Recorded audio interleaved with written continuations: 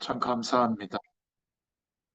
네, 오늘 이 시간에 하나님께서 우리를 주의 말씀 앞에 부르시고 함께 현장에서 또 예배할 수 있는 은혜를 허락해 주심을 감사합니다.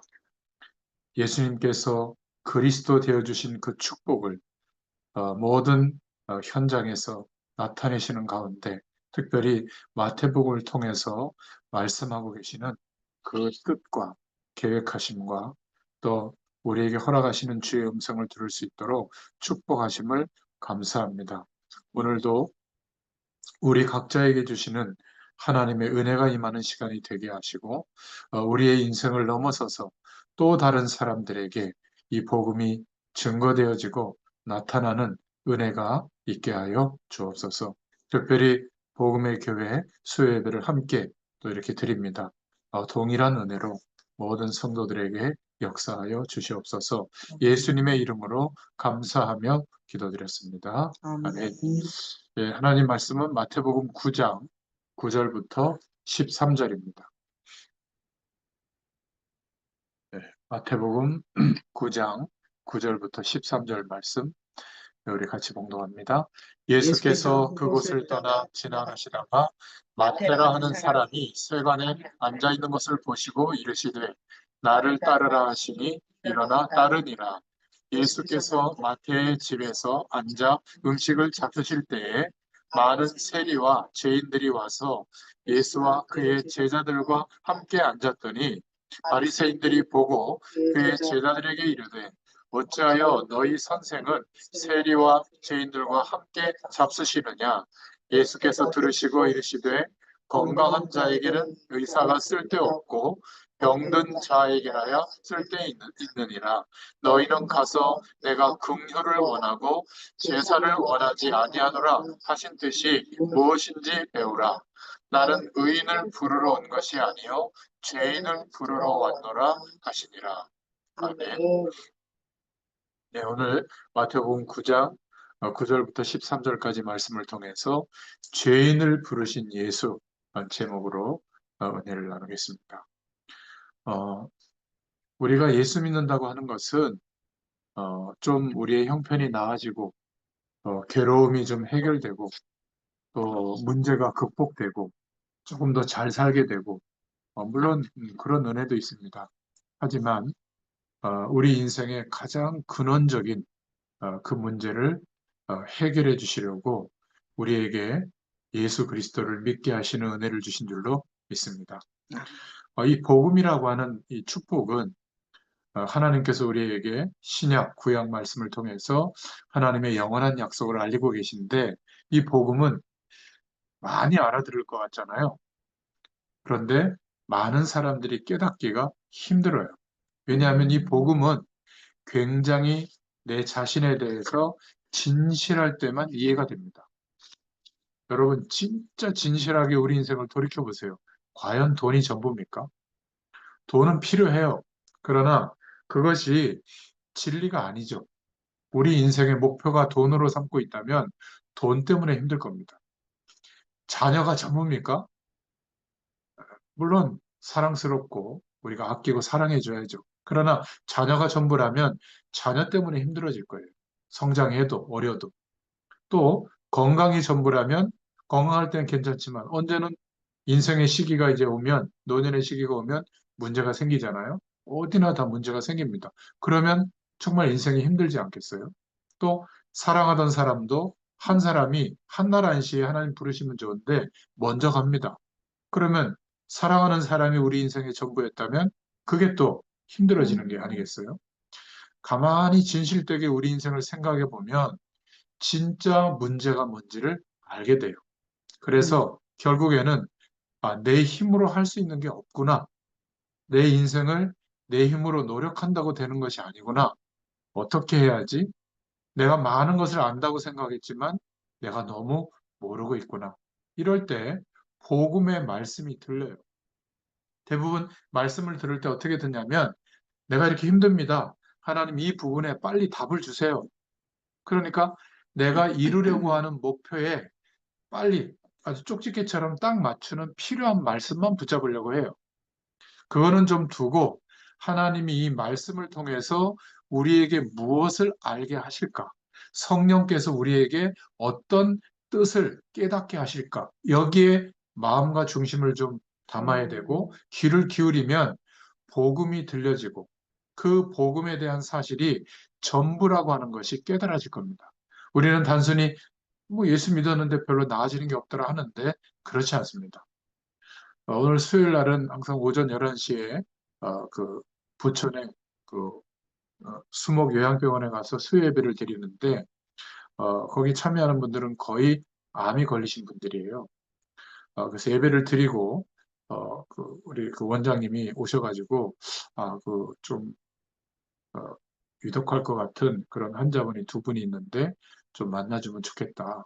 그래서 얘기를 해놨으니까 목사님이 오셔서 기도해주면 좋겠다. 이제 가서 복음을 전해드리고 간호하시는 그 부인 되시는 분하고 그 남자 환자분인데 정말 이렇게 힘든 좀 모습이더라고요. 어쨌든 복음 전하고 예수님을 영접하게 됐어요. 그리고 또 한 분은 목사님 오셔서 기도해 주겠다고는 또 연세가 있으신 여자 환자분이시거든요. 또 그분 간호한 분하고 같이 또 예수님을 영접하고 또 복음도 전해드리고 있습니다. 참 그런 걸 보면서 저는 목회자가 괜찮은 분들, 좀 훌륭한 분들, 뭐 늘 예배드리는 분들 이런 분들에게도 우리가 말씀 심부름을 해야 되지만 정말 갈급하게 하나님의 말씀과 구원을 기다리고 있는 그런 분들에게 가서 이 복음을 심부름한 거, 이게 얼마나 감사한지 몰라요. 그러니까 제가 그 병원에 어떻게 갈 줄 알았으며, 또 어떻게 그런 병이 들을 줄 알았으며, 또 그 시간에 거기에 입원해 있겠습니까? 그죠? 그것도 원래는 요양병원인데 암 면역 치유하는 그 병원으로 한층을 또 쓰거든요. 그러니까 그런 환자들이 와 있는 거예요. 또 그 원장 집사님이 저하고는 이렇게 현장에서 근 뭐 8, 9년 정도 이렇게 말씀을 나누고 있거든요. 제가 숫자는 정확하지 않습니다. 한 10년 가까이 된 것 같은데. 아무튼 복음 안에서 이 답을 가지니까 예전에 그 병원에 같이 일할 때는 좀 주장할 수가 없는데 이제 그 병원의 원장님이니까 자연스럽게 또 저는 당당하게 또 그 병원에 가서 예배드리고 또 환우들 만나달라고 하면 가서 만나고 복음전을 눈치 볼 게 없어요. 그 얼마나 감사한지 모릅니다. 하나님이 구원 주시기로 작정된 자를 딱 불러주시고 또 그렇게 복음 듣고 나면 유독한 환자분들은 또 얼마 지나면 또 하나님 불러가세요. 또 그 가족들이 복음 듣고 해서 영접하고요. 그러는 중에 그러는 중에 좀 정기적으로 예배를 드려주면 좋겠다 해가지고 시작된 게 수요 예배예요. 낮 11시. 그러니까 그분들은 본인들이 원해서 예배가 시작이 됐기 때문에 정말 하나님의 말씀을 갈급하게 들으시고 또 찬양도요 그냥 대충 하지 않습니다. 막 아주 구성지게 막 하나님을 향해서 찬양하고 뜨겁게 기도하거든요. 그런 은혜의 현장에 그 많은 목회자들이 있는데 제가 쓰임받게 된 게 얼마나 감사한지 몰라요. 여러분, 복음은 진실할 때만 이해가 됩니다. 우리의 노력이 통하지 않는구나. 하나님을 떠난 인생이구나. 물을 떠나 있는 물고기는 죽는 것과 같이 영적인 상태가 하나님을 만나야 되는데 영원한 생명이 없이 사망 안에서 우리가 출생했구나. 이걸 깨닫게 되거든요. 그래야 하나님의 유일한 약속, 영원한 약속, 예수님이 그리스도 되어주신 이유를 붙잡게 돼요. 그래서 오늘 죄인을 부르러 오셨다는 말씀이 그냥 뭐 그렇지 이게 아니라 보통 종교라고 하는 영역에서 기다릴 때 누군가를 기다릴 때 신적인 능력을 나타내는 분들을 기다릴 때 어떤 분을 기다리죠? 죄인을 부르러 왔다고 생각하지 않고 대단한 사람, 훌륭한 사람, 성공한 사람, 잘 되도록 하는 사람 이런 사람들을 기다리고 또 그런 사람들을 찾아가잖아요. 죄인을 부르러 오셨다. 오늘 예수님이 그냥 하신 말씀이 아니에요. 복음은 굉장히 진실할 때만 이해가 됩니다. 저와 여러분이 태어나기도 전에 이 땅에 파고든 영적인 문제가 있었는데 바로 창세기 3장 사건에서 선악과 약속을 어기게 만든 사단이 존재하고 있었던 거예요. 천사들이 먼저 창조되어졌는데 천사장과 천사들 3분의 1이 하나님께 대항했다가 영원히 하나님과 함께 할 수 없는 그런 귀신의 세력이 되고 사단이 된 거죠. 이 세력이 첫사람 아담과 하와에게도 파고들어서 속인 거예요. 하나님은 인간을 기계적으로 창조한 게 아니죠. 그러면 선택할 자유가 없기 때문에 어떤 것이 축복인지 저주인지도 몰라요. 책임도 질 필요가 없어요. 그냥 기계적으로 그냥 그렇게 있는 겁니다. 인간과 천사만은 하나님이 인격적으로 창조하셨기 때문에 선택할 수 있는 자유를 주신 거예요. 그래서 하나님의 영원한 축복도 알 수 있고 또 그 축복을 놓칠 수도 있는 거예요. 그 부분을 사단이 파고든 거죠. 선악을 알게 된다. 저 선악과 먹으면. 동산 모든 나무의 열매를 먹지 말라고 하더냐. 말씀을 흐릿하게 알고 있으면 그 부분을 속이는 거예요. 하나님은 뭐라고 약속했죠? 창세기 2장 17절에 네가 동산 모든 나무의 실과는 먹을 수 있으나 저 에덴 동산 중앙에 있는 선악과는 먹지 마라. 이러고 약속을 맺었단 말이에요. 선악과를 먹는 날에는 정령 죽으리라. 생명을 잃어버린다는 거예요. 이 부분을 파고들어서 속인 거죠. 그래서 인간의 교만과 죄는 뭐냐면 하나님의 영원한 축복을 누릴 수 있는 그 길, 하나님과의 약속보다 사단이 제시하는 그 길이 더 커 보인 거예요. 하나님처럼 될 수 있다. 선과 악을 알게 된다. 눈이 밝아진다. 이러니까 말이죠. 지금도 우리가 마찬가지입니다. 예배의 축복, 예수 그리스도의 말씀의 언약과 우리를 인도하시는 땅끝까지 복음이 증거되어도록 하시는 세계 복음화의 이 시대적인 약속보다 우리는 우리 인생의 꿈과 방향이 전부라고 생각하거든요. 그러니까 그쪽으로 한참 가다 보면 어느 날 한계가 와요. 그때가 돼서야 돌이키면 굉장히 늦습니다. 그렇죠? 그래서 항상 예배할 때마다 하나님께서 말씀으로 우리에게 말씀하시는 주의 음성을 기대하고 들을 수 있기를 축원합니다. 영적인 문제를 겪던 내용이 그대로 후대들에게까지 전달이 되는 것이 이게 성경만 말하고 있는 거거든요. 한 20살 될 때까지 표시 안 나는 사람이 많아요. 열심히 공부하고 또 대학 가고 뭐 이렇게 살아가니까 그죠? 또 어떤 사람은 30, 40이 될 때까지도 뭐 결혼하고 직장 생활하고 집 좀 장마 이러려면 뭐 바쁘잖아요. 그러다 보면 바쁘기 때문에 표시 안 날 수도 있어요. 그런데 50쯤 넘어가면 이게 문제가 막 여기저기서 오기 시작합니다. 이때 그때 예수 믿을 걸. 그때 그 목사님의 말씀대로 한번 해볼 걸. 늦어요. 고통을 당하다가 영적인 문제들이 자기에게 막 임하게 되고 그래서 막 시달리게 됩니다. 그런 문제들이 후대들에게도 그렇게 보이게 보이지 않게 그대로 전달돼 있는 거예요. 참 신기한 것은 성격만 담는 것이 아니라 인생관도 담는 것 같아요. 자녀들이 보면. 왜냐하면 보고 자란 게 부모니까. 교사를 닮을 줄 알았는데 교사는 닮지 않고 부모를 닮은 것 같아요. 보면. 그래서 기억해야 됩니다. 우리가 태어나기도 전에 인생의 근본적인 문제를 가지고 속이는 영적인 문제를 주는 존재가 있었다. 지금도 역사하고 있다. 그래서 주님은 오늘 본론으로 죄인을 부르러 오셨다. 이렇게 말씀하고 있는 겁니다. 대부분의 사람들은 죄인을 부르러 오셨다는 말보다 우리를 복주겠지, 대단한 어떤 성공을 가져다 주겠지, 이것을 기대하거든요. 그냥 용감하게 막 열심히 사는 것을 보면 아직 진실하지 못하거나 아니면 포장하고 있는 거죠. 사실은 답이 되지 않는데 그 길밖에 모르니까 그냥 열심히 가고 있는 거예요. 어떤 면에서는 문제와 위기가 와 있어도 감추고 살고 있는 거죠. 겉으로 보기에는 굉장히 좋아 보이지만 실제로 영적으로 보면 계속 죽어가고 있는 겁니다.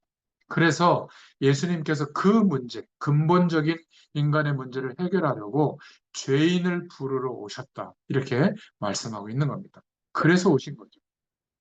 오늘 이 말씀을 영상으로 듣는 분들 중에는 여러분들을 통해서 전달받아가지고 처음 예수 믿는 분도 있을 겁니다. 아니면 다른 종교 생활을 하고 있는데 이 말씀을 듣는 분도 있을 거예요. 뭔가 한쪽 구석이 약간 불안하기도 할 겁니다. 그런데 절대 걱정할 필요가 없어요.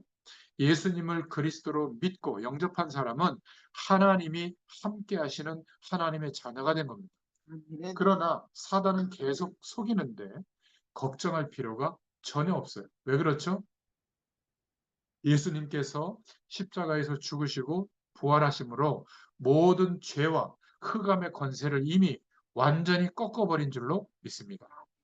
우리가 가지고 있는 그 근원적인 문제, 하나님을 떠나서 출생해서 살고 있는 문제, 죄와 저주 가운데 그 배경 속에 있는 문제, 그리고 사단에게 완전히 장악돼 있던 이 문제를 해결하시려고 예수님이 오신 겁니다. 우리가 불안해하고 있던 그런 인생의 그 근원적인 이유가 됐던 문제들을 해결하시려고 오셨다. 우리나라는 특별히 5천 년 동안 우상 숭배하고 보이게 보이지 않게 그 결과로 저주 가운데 빠져 있던 그런 문화 속에 있었어요. 그 우리나라를 건지시려고 130년 전에 이 땅에 선교사님들을 보내시고 20대 파릇파릇한 선교사님들이 와가지고 거의 다 순교했거든요. 그러니까 자녀들도 뭐 1살 돌진하기 전에 풍토병으로 죽고요. 예전에 그 양화진이라고 그 합정역 그 양화진 그 외국인 선교사 묘역이 있었어요. 지금 100주년 기념교회에서 묘역을 단장하고 그 교회에서 관리를 하는데 거기 가보면 조그마한 이런 봉분들이 있어요. 그 아기들 봉분.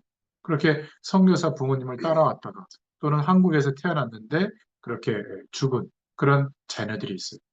우리나라가 그냥 이렇게 된 게 아니라 사실은 그런 선교사님들의 피 뿌리는 선교의 열정이 씨가 뿌려져서 이제 자생적으로 교회의 지도자들이 일어나고 또 자생적으로 신학교도 세워지고 이제는 자생적으로 전 세계에 선교사를 세계에서 두 번째 많이 파송한 나라가 된 겁니다.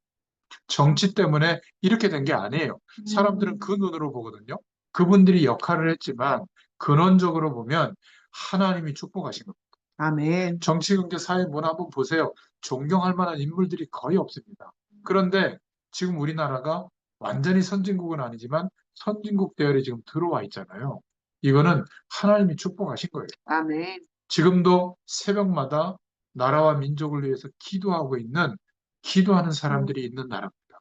그렇죠? 지금도 선교사님들을 위해서 기도하고 또 선교비를 보내고 전 세계를 위해서 기도하고 있는 나라예요. 정말 중요한 축복이 우리나라에 허락된 줄로 믿습니다. 이제 감사합니다 머물지 말고 우리를 통해서 이 축복이 땅끝까지 전달돼야 될 줄로 믿습니다. 네. 그래서 선교는 뭐 어렵게 할 필요 없어요. 보내는 선교사 역할을 하면 되고 또 선교 현장을 품고 기도하면 됩니다. 또 주의 종들이 또 교회들이 선교의 방향을 가지고 인도받을 때 조금 동참하면 돼요. 그리고 그 기도 제목을 가지고 같이 기도하면 동일한 선교사의 응답이 누려지는 겁니다. 그렇죠? 그러니까 내가 나중에 아주 잘 되고가 아니라 얼마든지 동참할 수 있고 또 선교 현장을 두고 기도할 수 있는 겁니다. 그러니까 하나님의 아들이 나타나신 것은 마귀의 일을 멸하려 하심이니라. 요한일서 3장 8절에 말씀하고 있죠. 저와 여러분이 불안해하면 그 불안해하는 것을 알고 사단이 자꾸 건드리고 속이는 거예요. 꼭 기억하세요.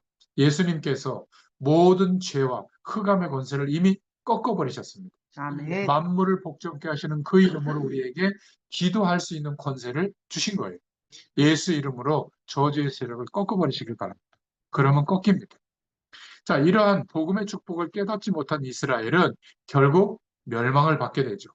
뛰어난 학자가 있었고 쉐마, 토라, 탈무드라고 하는 교육 방법으로 그렇게 훌륭한 인물들을 많이 배출했는데 이 복음, 예수님이 그리스도시라고 하는 복음을 깨닫지 못한 겁니다. 아직도 메시아를 기다리고 있어요. 예수님은 그냥 선지자 중에 하나라고만 생각하는 겁니다. 결국 나라가 이스라엘이 로마에 망하게 되고 속국이 된 거죠. 이때 예수님이 세리를 부른 겁니다. 그리고 그 세리의 집에 함께 가서 식사를 하고 있는 거예요.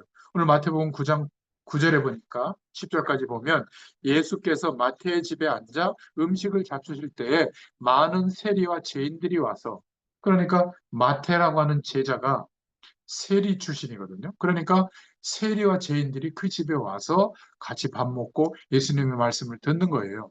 이랬더니 유대인들 중에서 특히 바리새인들은 지도급에 속하는데 이 바리새인들이 왜 너희 선생은 죄인들하고 같이 노냐 하고 막 욕을 한 거예요. 왜냐하면 죄인들이 막 몰려오니까. 근데 우리는 단순하게 생각하면 안 되고 이 배경이 있는 겁니다. 왜 그렇게 예수님에 대해서 욕을 하는지. 이 당시에는 이제 로마가 정복을 했는데 이스라엘 나라에서 세금을 걷는 방법을 고민하다가 군인들이 와가지고 통치를 했었잖아요. 그러니까 머리를 쓴 겁니다. 세금을 어떻게 거두게 했냐면 제일 이스라엘의 저질, 깡패, 좀 죄인들 이런 사람들을 골라내가지고 이렇게 한 거예요. 네가 세금을 얼마를 받든지 묻지 않겠다. 무조건 거둔 거의 절반은 로마에다가 내고 절반은 네가 먹어라 이렇게 한 거예요.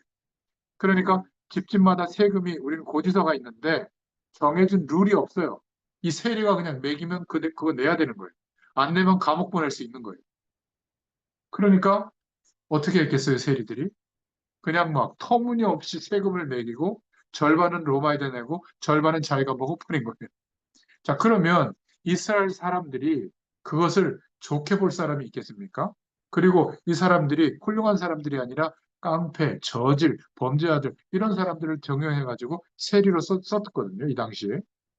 그러니까 유대인들과 바리새인들은 세리만 보면 이가 갈리는 거예요. 세리들은 풍족했어요. 그렇게 돈을 착복했으니까. 그런데 예수라고 하는 사람이 지도자라고 하면서 어떻게 그 세리를 제자로 삼냐? 마태를 제자로 삼을 수가 있냐? 그러면 유대인들이 싫어하겠어요, 안 하겠어요? 싫어하는 정도가 아니라 저거 이상한 인간이다. 어떻게 저런 사람들과 같이 또 밥을 먹고 교제를 하느냐? 그런 배경이 있었던 거예요. 그랬을 때 예수님이 공생의 사역을 하는 중이거든요. 그때 뭐라고 대답했죠? 건강한 자에게는 의원이 의사가 필요가 없다. 병든 자에게 의사가 필요하지 않느냐. 나는 죄인을 부르러 왔다. 훌륭한 사람을 찾으러 온 게 아니다. 의인을 찾으러 온 게 아니라 죄인을 부르러 왔다. 이게 간단한 메시지만 바리새인들은 알아들을 수 없는 말씀을 한 거예요. 나는 지금 저주 가운데 빠져 있는 자를 부르러 왔다. 인간의 힘으로 어쩔 수 없는 근원적인 저주 가운데 빠져 있는 인류를 구원하기 위해서 왔다. 지금 종교와 율법은 잘못된 것은 처벌하는 거거든요. 벌 주는 거예요. 그런데 복음은 살리는 거예요. 복음 가진 능력 있는 지도자가 나와야 살리게 되는 것이지 다 공격하고 잘못을 지적하는 것밖에 없잖아요. 학생들도 학교에서 잘못하는 규칙에 의해서 퇴학당하잖아요. 그러면 낙오자가 됩니다. 이런 인생의 사람들을 살릴 수 있는 길은 복음밖에 없는 줄로 믿습니다. 그래서 예수님이 오셔서 죄인을 불러서 지적하려고 하는 게 아니라 구원해 주시려고 오셨다. 이 말을 알아들을 수가 없는 거죠. 흑암 세력에 묶여 있는 자를 건지러 오셨다. 어쩌다가 실수로 남을 죽게 한 우발적인 범죄 말고 늘 살인하는 사람은 그 영이 사단에게 붙들려 있어서 그래요. 죄인을 위하여 왔다라는 말은 죄 지은 사람들을 옹호해 주려고 하는 것이 아니라 묶인 거기에서 빠져나올 수 있도록 길을 열어주기 위해서 왔다. 호기심으로 어릴 때 도둑질한 사람 고치지 않으면 어른이 돼서는 큰 도둑질을 합니다. 막 범죄까지 저지르거든요. 계속 절도할 수밖에 없는 뭔가에 영적으로 묶여 있는 거기에서 빠져나오도록 도와줄 수 있는 길은 복음밖에 없습니다. 뭐 벌금을 심하게 때리면 잠시는 멈출 수 있지만 못 하잖아요. 뭐 대도 조세형인가? 그거는 뭐 목회자가 됐다고 하는데 또 도둑질하다 잡혀서 감옥 갔잖아요. 그러니까 그리스도로 말미암아 그렇게 될 수밖에 없는 저주의 권세가 완전히 끝나야 돼요. 그렇죠? 옛 사람은 죽고 그리스도와 함께 부활의 영에 연합되어져서 영원한 생명을 누리는 축복으로 거듭나야 되거든요. 그 거듭난 구원의 축복이 임해야만 바뀌어질 수가 있는 겁니다.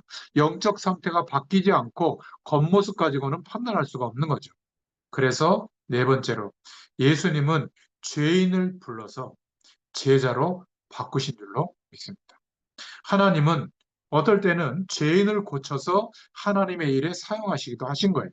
무능한 자도 세워 가셔서 사용하셨습니다. 병든 자도 치유하셔서 사용하셨어요. 여러분, 이 지상에 인간을 바르게 살 수 있게 하는 지식, 교훈은 많아요. 그러나 죄와 저주에서 해방받는 길은 오직 한 길, 하나님의 유일한 약속, 예수님을 그리스도로 믿는 길밖에 없는 줄로 믿습니다. 최고 학교를 나와도 조상 때부터 우상 숭배한 결과로 내려오는 저주의 굴레를 해결하지 못하는 거예요. 그래서 피할 길을 하나님이 주신 겁니다.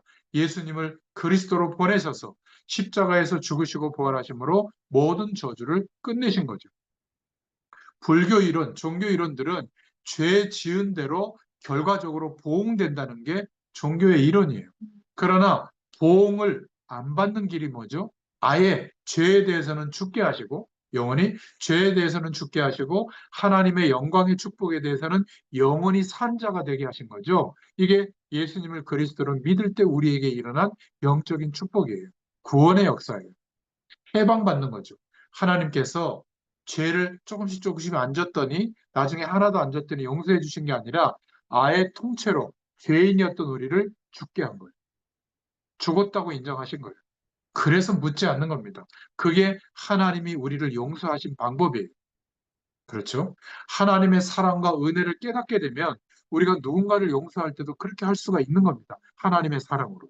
불가능하지만, 나는 불가능하지만 그 사랑의 은혜가 임하면 원수도 사랑할 수 있는 거예요. 그래서 기억하셔야 돼요. 나의 약점, 실수를 내가 인정하고 내가 회개해도 안 되는 문제가 죄 문제입니다. 원죄 문제는 그런다고 해결되는 게 아니에요.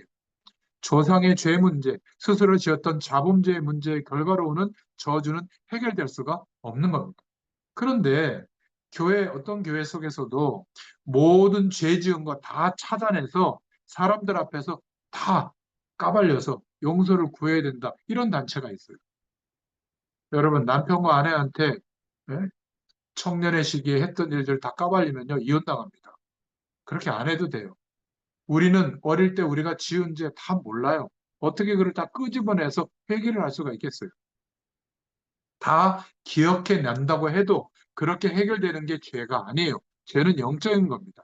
우리가 양심적으로 살아간다고 해서 그 죄의 문제와 결과가 해결되는 게 아니에요.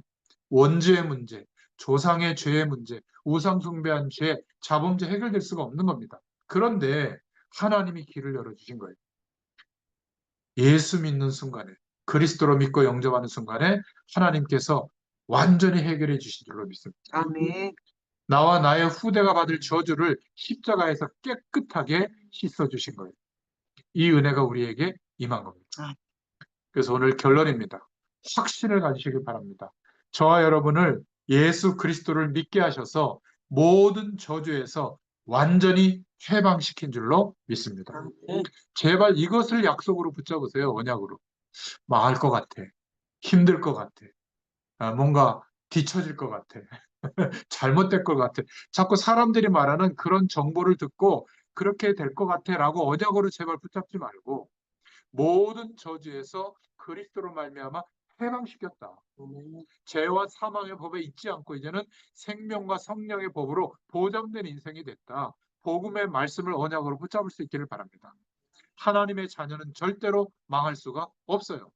이 확신을 가지시기 바랍니다. 사단은 속이는 존재예요. 요한복음 8장 44절. 베드로전서 5장 7절부터 8절에 우는 사자같이 두루 다니며 삼킬 자를 찾고 있다. 그래서 이제는 우리의 과거의 모든 쓴 기억에서 해방받으시길 바랍니다. 옛 사람은 죽었어요. 확신을 가지지 않으면 그 쓴 기억을 파고들어서 자꾸 건드리는 겁니다. 근신하라, 깨어라. 너희 대적 마귀는 우는 사자같이 두루다니며 삼킬 자를 찾나니. 그랬죠. 대부분의 사람들이 예수 믿어도 내 과거가 이렇다, 못 배웠다, 그때 힘들었다, 누가 나한테 했다, 이 생각에 사로잡혀 있다면 그게 통로가 돼가지고 어려움이 자꾸 오는 거예요. 이미 예수 그리스도께서 저와 여러분을 멸망받을 수밖에 없는 저주와 모든 어려움에서 완전히 해방시켜 버렸는데 자꾸만 그 생각에 사로잡히니까 당하게 되는 겁니다. 물론 하나님의 자녀이기 때문에 사단에게 속아도 절대적으로 망하지는 않아요. 그러나 살아가면서 손해가 많은 거예요. 그렇죠? 옛날에 저와 여러분이 누구를 섬겼죠? 마귀를 섬겼잖아요. 근데 갑자기 이게 하나님의 자녀가 됐네? 그럼 마귀가 건드릴 수밖에 없잖아요. 그래서 기억하셔야 돼요. 속지 마세요. 우리의 구원은 취소되는 게 아닙니다. 성령으로 함께 하시는 축복이 어디 갔다 왔다 하는 게 아니에요. 항상 동일한데 내 믿음이 왔다 갔다 하는 거예요. 하나님은 동일하세요. 아멘. 우리가 하나님의 자녀가 된 줄로 믿습니다. 그래서 오늘 예수님이 직접 말씀하신 거예요. 나는 대단하고 훌륭한 사람들을 위해서 온 게 아니라 죄인을 구하러 왔다. 정확하게 말하면 저주에 빠져 있어서 본인의 힘으로 해결할 수 없는 그런 사람들을 건지러 왔다. 예수 믿고 어려움 당하는 사람들이 이 복음의 축복을 정말 모르면 자꾸 옛날 상처, 옛날의 생각에 사로잡히게 됩니다. 확인해 보세요. 그래서 우리는 기억해야 됩니다. 마지막으로. 이제 우리 인생의 남은 시간은 하나님이 약속하신 응답을 받는 시간밖에 없어요. 예수님께서 보응 받을 수밖에 없는 저주의 근원을 다 해결하신 줄로 믿습니다. 우리가 빚을 지고 있는데 우리 아버지가 빚을 다 갚아줬는데 내가 뭐 때문에 그 사람들 앞에 가서 굽신거리고 빚 갚으려고 일을 해줄 거예요. 세상 속에서 그렇게 잘 살아보려고 발버둥 칠 이유가 뭐가 있어요? 영원한 축복이 이미 왔는데 그 인생의 문제를 영원히 해결해 주셨는데 왜 내가 해결해 보려고 막 몸부림치고 있는 거예요. 그러니까 인생이 고달프죠. 예수 그리스도를 보내셔서 저와 여러분이 받을 모든 저주를 없애버렸다. 나는 의인을 부르러 온 것이 아니다. 죄인을 부르러 왔다. 오늘 주님의 음성을 꼭 듣고 우리의 인생이 그리스도 안에서 새롭게 회복된 이 축복을 확신할 수 있기를 축원드립니다. 기도하겠습니다. 하나님께 감사를 드립니다. 우리가 과거의 흑암 세력에 사로잡히지 않도록 또 과거의 저주에 사로잡히지 않도록 하나님께서 역사하여 주시옵소서. 우리 부모와 선조들의 우상 숭배하던 저주에 사로잡히지 않게 하여 주시옵소서. 배우지 못한 무식이라고 하는 거기에 사로잡히지 않도록 하나님이 새 힘을 허락하여 주옵소서. 과거에 실패한 것에 사로잡혀서 넘어지지 않도록 주의 백성들에게 성령으로 역사하여 주시옵소서. 죄인들을 부르셔서 제자로 삼으신 주님께서 오늘 저희들을 부르사 하나님의 일꾼으로 삼아주심을 감사드립니다. 모든 실패와 저주가 영원히 무너진 줄로 믿습니다. 오늘 주의 백성들에게 새 힘을 허락해 주시고 영적인 눈이 열리게 하여 주시옵소서. 지금부터 하늘의 지혜를 얻게 해주시고 하늘의 축복을 받게 하여 주옵소서. 이제는 전도와 선교의 축복을 누릴 수 있도록 기도의 비밀을 가지고 승리하게 하여 주옵소서. 예수 그리스도의 이름으로 간절히 축복하옵고 기도하옵나이다. 아멘. 축도로 예배를 마칩니다. 지금은 우리 주 예수 그리스도의 은혜와 하나님 아버지의 크신 사랑하심과 성령의 내주인도 역사 교통하심이 오늘 주신 말씀 그대로 이루어지기를 소원하는 모든 주의 백성들 머리 위에 천안동 이 현장에 연결되어져 있는 사랑하는 권석들과 복음의 교회 모든 성도들 머리 위에 지금부터 영원토록 함께 계실지어다. 아멘. 아멘. 감사합니다. 감사합니다. 감사합니다.